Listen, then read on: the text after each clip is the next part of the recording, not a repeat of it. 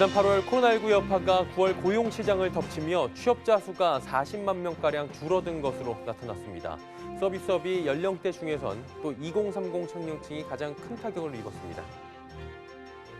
정부가 사회적 거리 두기로 주춤했던 내수시장 활성화를 위해 소비 쿠폰을 다시 지급하고 일자리 30만 개를 직접 만들겠다고 밝혔습니다. 기업은행이 기업 예대 금리 차가 올해 상반기 기준 4대 시중은행과 국책은행 두 곳 중 가장 큰 것으로 나타났습니다. 미국 대선이 얼마 남지 않은 데다 부양책 합의가 사실상 결렬되는 등 증시 변동성이 커지자 우리나라 증시도 이에 따라 휘청거리는 모습입니다. 센 경제라이브 시작합니다.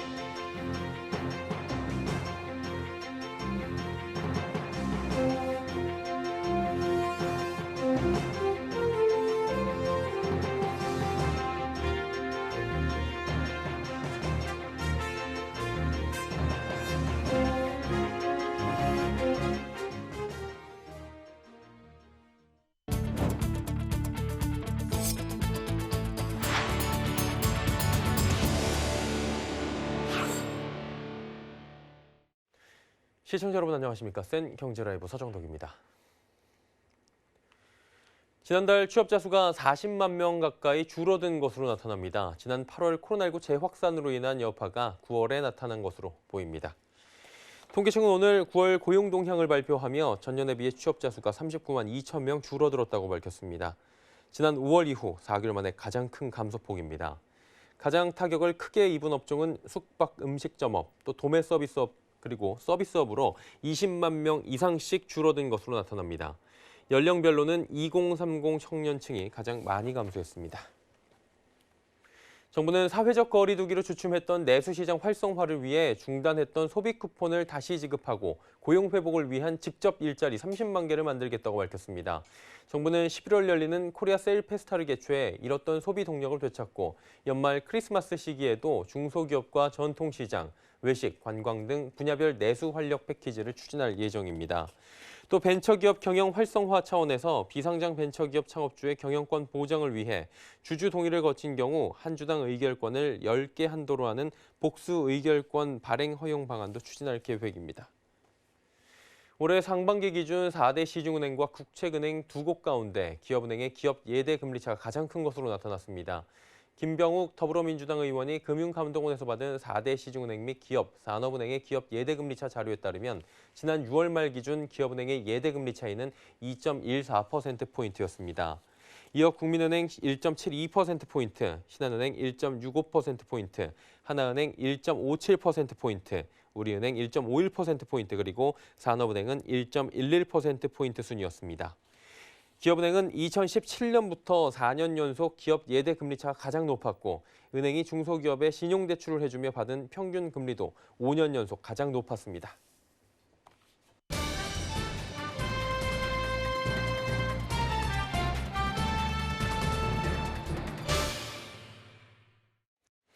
자, 지난달 테슬라가 3천만 원이 채 안 되는 이른바 반값 전기차를 출시하겠다라는 계획을 밝힌 바 있습니다. 미래 모빌리티 시장의 주도권을 잡겠다라는 선전포고일 텐데요. 자, 이에 따라 전기차 가격 인하를 목표로 한 완성차 업계 움직임이 빨라지고 있다고 합니다. 경제산업부 정세미 기자와 함께 자세한 이야기 나눠보도록 하겠습니다. 어서 오세요. 안녕하세요. 네, 전기차 이슈로 저희가 한번 이야기를 나눠본 바가 있었죠. 전기차 판매량이 처음으로 200만 대 돌파했다라고 하는데 현재 추세 어땠습니까? 네, 글로벌 전기차 시장은 최근 5년 동안 연평균 45%씩 성장했는데요. 2025년에는 1,000만 대까지 늘어날 것이라는 전망도 있습니다. 올해 7월까지 글로벌 전기차 시장 점유율에선 테슬라가 19만 대로 판매 1위를 차지했습니다. 이어 르노니산이 2위, 그리고 폭스바겐이 3위인데요. 현대기아차는 6만 대로 4위까지 올라섰습니다. 국내 배터리 제조업체 역시 선전을 이어가고 있습니다. LG화학은 올해 8월까지 배터리 사용량 1위로 올라섰는데요. 이어 삼성 SDI가 4위, SK이노베이션은 6위를 차지했습니다. 현대기아차 약진이 보이고요. 국내 배터리 업계 또 점유율 상승이 굉장히 또 반가운 소식인데 앨런 머스크가 반값 전기차라는 용어를 직접적으로 사용을 했어요. 그러다 보니까 전기차 시대가 또 새로운 국면으로 접어들었다라는 평가가 나오는데 어떻습니까? 네, 사실 이전까지는 전기차가 출시되면 가장 큰 관심사는 주행 거리였습니다. 1회 충전으로 서울에서 부산까지 갈 수 있는지 이런 성능적인 면에 주목했는데요. 테슬라 배터리데이 이후 완성차 업체들의 시선은 가격을 향하고 있습니다. 이 배터리데이의 핵심이 반값 전기차였기 때문인데요. 25,000달러 우리 돈으로 약 2,900만 원의 보급형 전기차를 3년 내에 출시한다는 겁니다. 이 가격은 현대차의 중형 세단인 소나타의 가격으로 현재 테슬라 전기차가 6천만 원 이상으로 판매되고 있는 걸 감안하면 꽤 파격적인 시도입니다. 네. 실제로 테슬라는 배터리데이 후 가격 인하에 집중하고 있습니다. 이번 달 14일에 미국에서 고급형 전기차죠. 모델 S의 장거리 세단 가격을 7만 달러, 우리 돈으로 8천만 원 밑까지 낮췄는데요. 중국에서도 3% 아래로 내려가고 있습니다. 모델 S는 2012년 출시된 고급형 전기차로 모델 3에 비해 가격 경쟁력이 떨어진다는 평가를 받아왔습니다. 이에 대해 앨런 머스크는 트위터를 통해 도전장을 던졌고 예언은 현실화될 것이라고 말했습니다. 네. 여기에 보조금까지 유지되면 가격 경쟁력은 굉장히 좋을 것 같다라는 생각이 드는데 문제는 이게 가능하냐라는 부분일 것 같아요. 그러다 보니까 이른바 배터리데이 이후에 테슬라가 뭐 여러 가지 시도를 하고 있다는 얘기가 들려요. 네, 현실화를 위해 가장 중요한 건 배터리 원가 절감입니다. 그렇죠. 전기차 제조 단가에서 배터리 가격이 차지하는 비중이 40% 정도 되기 때문인데요. 테슬라가 공개한 계획도 바로 이 신형 4680 배터리입니다. 이 4680 배터리는 기존 배터리보다 5배 용량과 6배의 출력을 구현합니다. 이에 따라 주행거리는 16% 늘어나는데요. 결국 킬로와트당 비용이 14% 절감된다는 설명입니다. 또한 배터리 생산은 셀 모듈 팩 이 과정으로 이루어지는데요. 이 중에서 모듈 단계를 생략해서 에너지 밀도를 높이는 동시에 생산 원가를 낮추는 방법과 실리콘 음극재를 적용하는 등의 새로운 계획도 밝혔습니다. 이 외에도 배터리 셀 제조업체와 장비업체를 인수해 자체 배터리를 개발 중에 있습니다. 최근에는 자동차 배터리 모듈과 팩을 조립해 글로벌 자동차 제조사에 공급하는 독일 오토메이션 인수로 세계 최대 광산업체와 니켈 공급 계약 체결을 추진하고 있는 것으로 알려졌습니다. 예, 테슬라가 굉장히 또 바삐 움직이는 것 같고요. 그러다 보니까 이제 뭐 선점을 두고 완성차 업계들 가격 경쟁해야 되고 뭐 대비 많이 해야 될 것 같은데 어떤 대비책을 지금 마련하고 있습니까? 네, 국내에서 판매 중인 주요 전기차 가격 먼저 살펴보겠습니다. 르노 삼성의 조회가 3천만 원 후반대부터 시작되고요. 현대차 아이오닉 일렉트릭이 4천만 원 초중반입니다. 기아차 니로 EV와 현대차의 코나 EV, 한국 GM 쉐보레 볼트 EV가 4천만 원 후반대입니다. 이런 상태에서 테슬라의 2,900만 원 전기차가 나오게 된다면 다른 완성차 업체들이 출시한 전기차들이 가격 경쟁력을 잃을 가능성이 아주 높습니다. 이에 따라 완성차 업체들은 내년부터 전기차 전용 플랫폼을 적용한 신차를 내놓겠다는 계획을 밝혔는데요. 현대차는 eGMP를 적용한 신형 전기차가 예고돼 있고요. 전기차 브랜드 아이오닉도 론칭했습니다. 동시에 배터리 회사와의 합작 법인도 빠르게 추진되고 있습니다. 정의선 현대차그룹 회장이 올해 초부터 이 배터리 3사인 삼성 그리고 LG, SK와 동맹 체계를 강화하고 있는 것도 그 일환인데요. 이 K 배터리 회동을 통해 안정적인 배터리 확보에 나선 겁니다. 다만 전문가들은 가격 절감 노력 외에도 반값 전기차 시대에서의 경쟁 우위를 점하기 위한 디자인과 제조 등 전반적인 혁신이 필요하다고 조언했습니다. 가격 경쟁력이 이제 3천만 원 미만으로 편차가 없어지고 유충전 주행거리가 다들 400km를 넘는 상황이 된다라고 하면 결국 자동차의 어떤 감성 품질 쪽으로 많이 경쟁력이 치우칠 수밖에 없습니다. 예, 경제산업부 정세미 기자와 함께 전기차 시장 가격 경쟁하고 있다고 하는데 이런 이야기들 자세히 알아봤습니다. 고맙습니다. 감사합니다.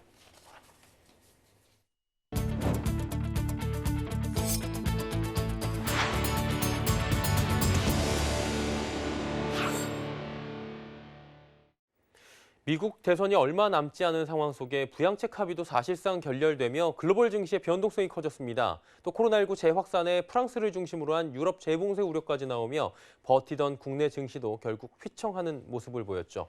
한 주간의 증시 흐름 앵커 리포트에서 정리해드립니다. 이번 주 코스피는 글로벌 증시 변동성이 커지며 2.11% 조정받은 2341.53에 마감했습니다. 코스닥은 4.33%의 큰 조정폭을 보이며 833.84에 거래를 마쳤습니다. 거래소는 개인이 9,623억 원, 외국인이 1,265억 원을 매수했지만 기관이 7,879억 원을 매도하며 하락장을 만들었습니다. 코스닥도 개인이 무려 1조 406억 원을 순매수했지만 기관과 외국인이 7,723억 원, 1,280억 원씩 강하게 매도하며 하락을 주도했습니다. 현지 시간으로 14일 스티븐 무누신 미 재무장관은 백악관과 민주당 사이 입장 차이가 커 대선 전 추가 부양책 합의는 어려울 것이라 밝혔습니다. 이튿날 트럼프 대통령은 1조 8천억 달러를 넘는 더 큰 부양책을 지시하며 대선 전 부양책 합의 가능성을 언급했지만 시장은 크게 반응하지 않았습니다. 그동안 뉴욕 증시를 이끌어온 한 축인 추가 경기 부양책 합의에 대한 기대감이 줄어들며 글로벌 증시에도 악영향을 주는 모습입니다. 동절기가 다가오며 유럽을 중심으로 코로나19 재확산 공포가 다시 커지고 있습니다. 프랑스 정부는 17일자로 국가 비상사태를 선포하며 파리를 포함한 9개 지역에서 밤 9시부터 오전 6시까지 야간 통행 금지를 시행키로 했습니다. 영국도 런던 지역을 대상으로 실내 모임을 금지하는 추가 제한 조치가 내려졌고 독일 역시 술집 야간 영업 금지와 개인 모임 제한 등을 강화하며 투심을 악화시켰습니다. 정의선 현대차그룹 수석 부회장이 신임 회장에 취임했습니다. 아버지인 정몽구 회장은 명예회장에 추대되며 경영 일선에서 물러나며 현대차그룹의 3세 경영 시대가 본격화됐습니다.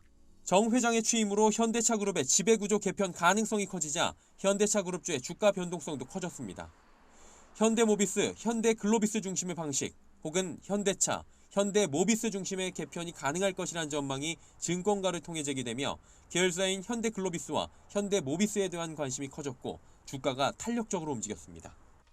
지난 15일 방탄소년단의 소속사 빅히트 엔터테인먼트가 코스피 시장에 입성했습니다.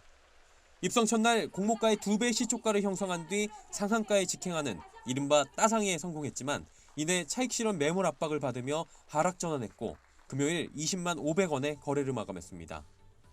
빅히트의 약세에 넷마블과 DPC 등의 관련주, 또 SM, JYP 엔터 등 엔터주 전체가 동반 약세를 보이며 급락하는 모습을 보였습니다. 증권업계는 낮아진 추가 부양책 합의 가능성과 코로나19 백신 임상 중단 등 그동안 낙관론의 가장 큰 배경으로 작용했던 변수들의 현실화 가능성 감소 등으로 미 대선 전까지 박스권 등락을 보일 수 있다고 전망했습니다. 이렇게 불확실성 높은 상황 속에서는 실적 개선 기대감이 높은 업종이 대안이 될 수 있다고 조언하며 국내에서는 반도체와 자동차, IT, 가전, 디스플레이 업종에 관심을 갖자고 전했습니다. 서울경제TV 서정덕입니다.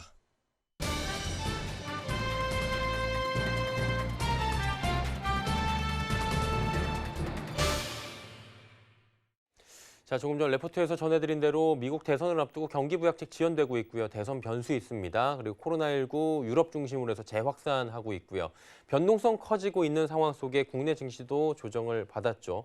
또 상승하기에 힘이 모자라다, 재료가 없다 이런 얘기들 나오고 있는데 현 증시 구간 조금 더 알아보도록 하겠습니다. 샘플러스의 이지환 전문위원입니다. 안녕하세요. 네, 안녕하세요. 이지환입니다. 위원님, 거래량 지금 없고요. 수급도 그렇게 좋지 않은 상황 속에 그 외국인이 환율이 지금 괜찮다라고 하는데도 안 들어오고 있습니다. 도무지 호재가 안 보이는 시장인 것 같은데 어떻게 봐야 됩니까? 네, 말씀하신 대로 지금 원화가 강세임에도 불구하고 외국인의 유입이 크게 보이지 않고 있습니다. 지금 시장이 이제 며칠 동안 계속해서 조정 폭을 좀 이어가고 있는데 이번 조정의 좀 특징을 본다면 매도가 강하다기보다는 매수가 약하다는 표현을 또 쓸 수밖에 없는데 가장 큰 이유가 보통 우리가 하락 조정기에 겪었던 외국인들의 대량의 주식 매도 물량이나 혹은 선물 매도 물량이 지금 없는 상태에서도 상당한 조정 압박을 받고 있다는 부분은 시장 전체의 흐름이 소극적이고 지지부진하다, 즉 수급 주체가 없다라는 부분이 가장 큰 문제라고 할 수 있습니다. 특히 이제 지금 현재 미국 대선을 앞두고 여러 가지 변수가 좀 나오면서 외국인들은 적극적으로 시장에 임하고 있지 않은데 바로 이런 부분들이 환율 강세도 불구하고 외국인들 유입이 좀 늦춰지는 결과가 나오고 있습니다. 하지만 지금 시장을 좀 자세히 보신다면 외국인들은 안 사는 게 아니라 이제 선별적으로 사고 있다라고 말씀을 드리고 싶은데요. 지난 3개월 동안 외국인들은 IT 업종을 약 3조 원, LG화학을 포함하면 약 한 4조 원 정도를 매수를 하고 있습니다. 다만 이런 매수가 저가에서 특정 섹터에 집중되다 보니 다른 매도 업종과 맞물리면서 드러나지 않는다라는 부분인데 결국 이런 부분들은 외국인들은 IT 성장주 위주, 실적 관련된 종목들 위주로 선별적으로 매수를 하고 있다는 것과 함께 아마도 증시가 미국 대선 이후에 좋아진다면 이런 부분 쪽에서 상승 탄력이 좀 나올 수 있다. 결국 외국인들은 지금 현재 유동성 장세에 어떻게 보면 2기로 접어들면서 실적과 성장이라는 두 가지 포커스에 맞춰서 선별적으로 매수를 하고 있다. 그 기간 동안 우리 시장은 지지부진한 흐름을 좀 이어갈 수 있다라고 말씀을 드리겠습니다. 예, 현 구간 뭐 변동성 크다라고는 누구든 이야기할 수 있겠지만 대응이 참 어렵잖아요. 미국 대선 가까울수록 그리고 코로나19가 또 재확산 얘기가 나올수록 더 어려워질 텐데 시장 전략 한번 세워주시면 어떨까요? 지금은 역시 시장이 지지부진합니다. 적극적으로 임할 때는 아니고 공격적으로 매수나 진입을 할 때가 아닙니다. 결국 지금 시장에서 이제 가장 경계해야 될 부분이 바로 내동매매인데 그런 관점에서 보신다면 크게 두 가지 전략을 말씀을 드리고 싶습니다. 첫 번째 전략은 이 기간 동안 외국인들과 호흡을 맞추면서 외국인들이 저가에 매수하는 종목들, 섹터들 위주로 같이 분할로 저가에 매수에 동참하는 전략이 첫 번째가 되겠고요. 만약에 이런 흐름을 쫓아가지 못한다면 오히려 현금화한 이후에 미국 대선 이후에 시장에 대한 공략을 좀 노리는 전략이 두 번째라고 말씀을 드릴 수 있습니다. 최근에 외국인들의 흐름에 비해서 개인들의 흐름을 보면 개인들은 지금 현재 IT 주도 섹터들을 많이 팔고 테마주 위주로 많이 접근을 하고 있습니다. 가장 극단적인 예가 삼성전자를 팔고 신풍제약이나 빅히트로 매수하신 개인들은 상당히 큰 곤욕을 치르고 있는데 이런 부분들을 보신다면 지금 시장에서는 조금 한 템포를 참거나 혹은 주도주 IT 섹터의 성장주 위주로 저가 매수에 분할로 동참하는 전략 이렇게 조금 소극적인 대응으로 대응할 필요가 있다라고 말씀을 드리겠고요. 지금 현재 시장에 반영되고 있는 악재들은 어떻게 보면 펀더멘탈을 뒤흔들 만한 유동성을 잠재울 만한 악재들은 아닙니다. 이런 부분들을 보신다면 미국 대선 변수나 추가 경기 부양책은 어쨌든 반드시 실행을 하게 되어 있고 2차 팬데믹에 대한 우려는 과거 20세기 이후에 세 차례의 경우를 보더라도 증시에 충격을 준 예가 크게 많지 않다는 점을 보신다면 너무 증시에 대해서 겁먹지 말고 주도주를 저가의 분할로 매수에 들어가는 전략이 좋다. 이렇게 말씀을 드리겠습니다. 예, 오늘 말씀 여기까지 좀 듣도록 하겠습니다. 고맙습니다. 고맙습니다. 네, 샘플러스의 이지환 전문위원과 함께했습니다.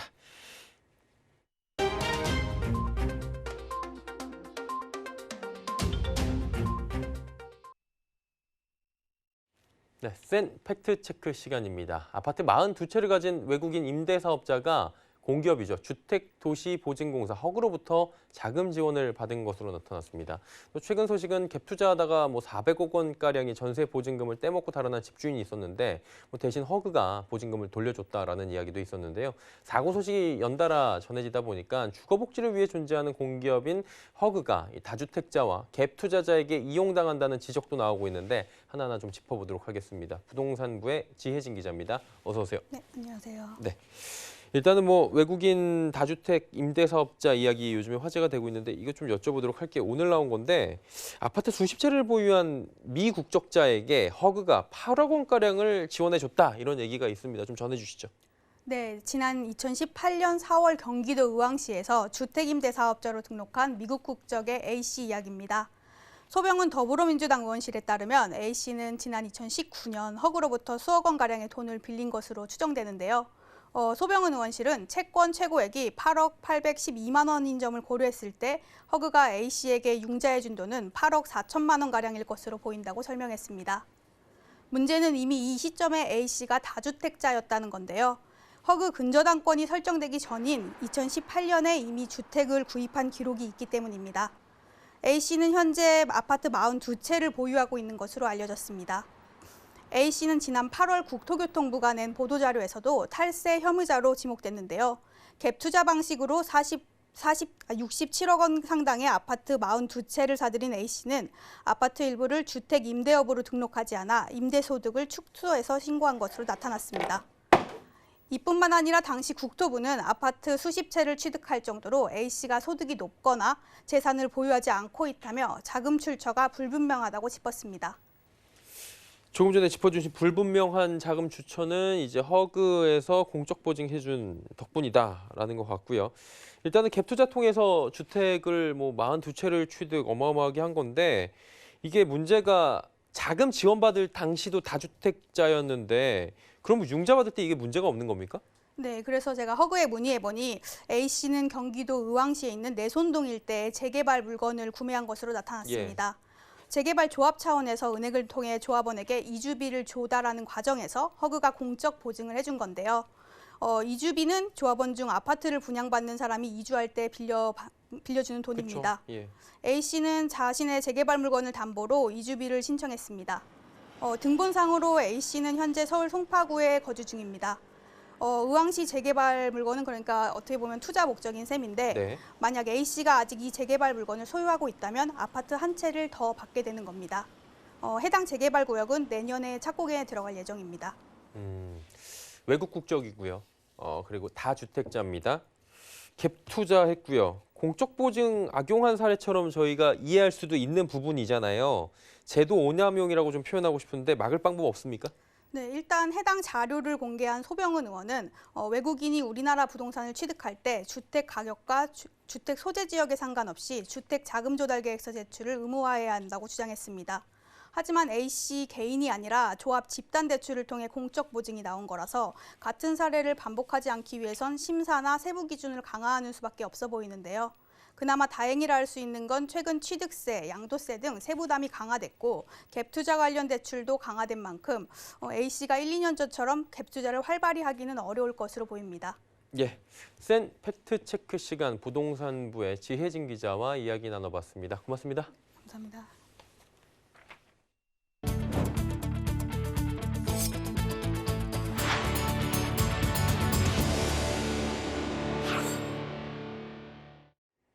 현대인들에게 힐링과 치유에 대한 필요성이 강조되며 아파트 단지 내 정원에 대한 중요성도 높아지고 있습니다. 경기도 평택에서는 정원 작가들이 각각 디자인한 작품들을 전시하는 가든쇼가 열리고 있다고 하는데요. 설석용 기자가 그 현장을 다녀왔습니다. 숲속을 연상케 하는 나무와 꽃들이 정돈된 모습으로 놓여 있습니다. 그 옆에는 쉼터와 커피를 마실 수 있는 티테이블이 마련되어 있습니다.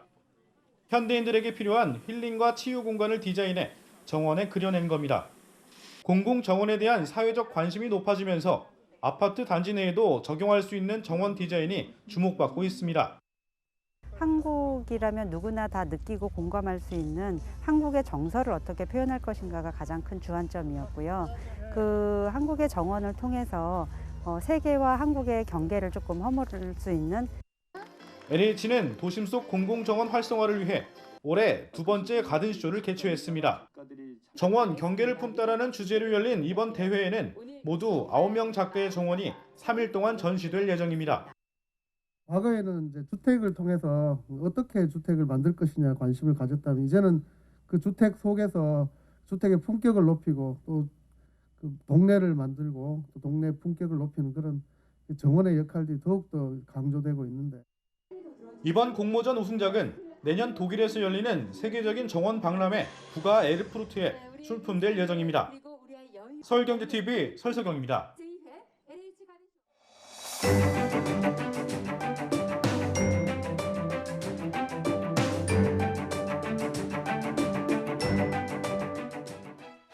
안녕하세요. K웨더 라이프스타일 예보 박유라입니다. 오늘 흐린 가운데 쌀쌀하거나 서늘한 날씨를 보였고요. 일부 남해안과 제주로는 비가, 그 밖에 내륙에는 산발적인 빗방울이 떨어지기도 했습니다. 주말인 내일은 새벽까지 경기 북부와 남해안, 제주로 약간의 비가 오다 그치겠고요. 그 밖의 지역은 흐린 하늘이 보이다 오전부터 차츰 개겠습니다. 한편 일요일에는 가끔 구름만 지나며 쾌청한 가을 하늘이 펼쳐지겠습니다. 기온은 이맘때와 비슷하거나 조금 낮은 기온이 예상됩니다. 아침 기온 서울이 9도에서 10도로 쌀쌀하겠고요. 한낮에는 19도에서 20도 선으로 서늘하거나 선선하겠는데요. 보시면 일교차가 10도 이상 크게 벌어집니다. 환절기 감기에 걸리지 않도록 조심하셔야겠습니다. 주말 동안 대기질은 대체로 깨끗하겠습니다. 다만 내일 오전까지 충청 지역은 먼지 농도가 나쁨 단계를 보일 수 있겠습니다. 또 대기가 갈수록 건조해져 가고 있는데요. 호흡기 질환 및 화재 예방에 각별히 주의하셔야겠습니다. 다음은 자세한 지역별 날씨입니다. 중부지방 흐리다 차츰 개겠고요. 서울, 경기, 강원, 영서 북부로는 새벽 한때 빗방울이 예상됩니다. 낮 기온 20도 안팎이 되겠습니다. 동해안도 흐린 하늘이 보이다 점차 맑아지겠습니다. 낮 최고 기온 속초와 강릉 18도에 머물겠습니다. 새벽까지 남해안과 제주로 비가 오겠고요. 내륙에는 빗방울이 예상됩니다. 낮 동안 광주 20도, 대구 22도까지 올라 선선하겠습니다. 서해와 남해상으로 비 소식이 있고요. 물결은 대체로 잔잔하게 일겠습니다. 계속해서 일교차가 큰 날들이 이어지겠고요. 다음 주 수요일과 목요일 사이에는 경기 북부와 강원 영서 북부, 제주도에 비 소식이 들어있습니다. 날씨였습니다. 센 경제 라이브 마치겠습니다. 편안한 주말 보내시길 바랍니다. 고맙습니다.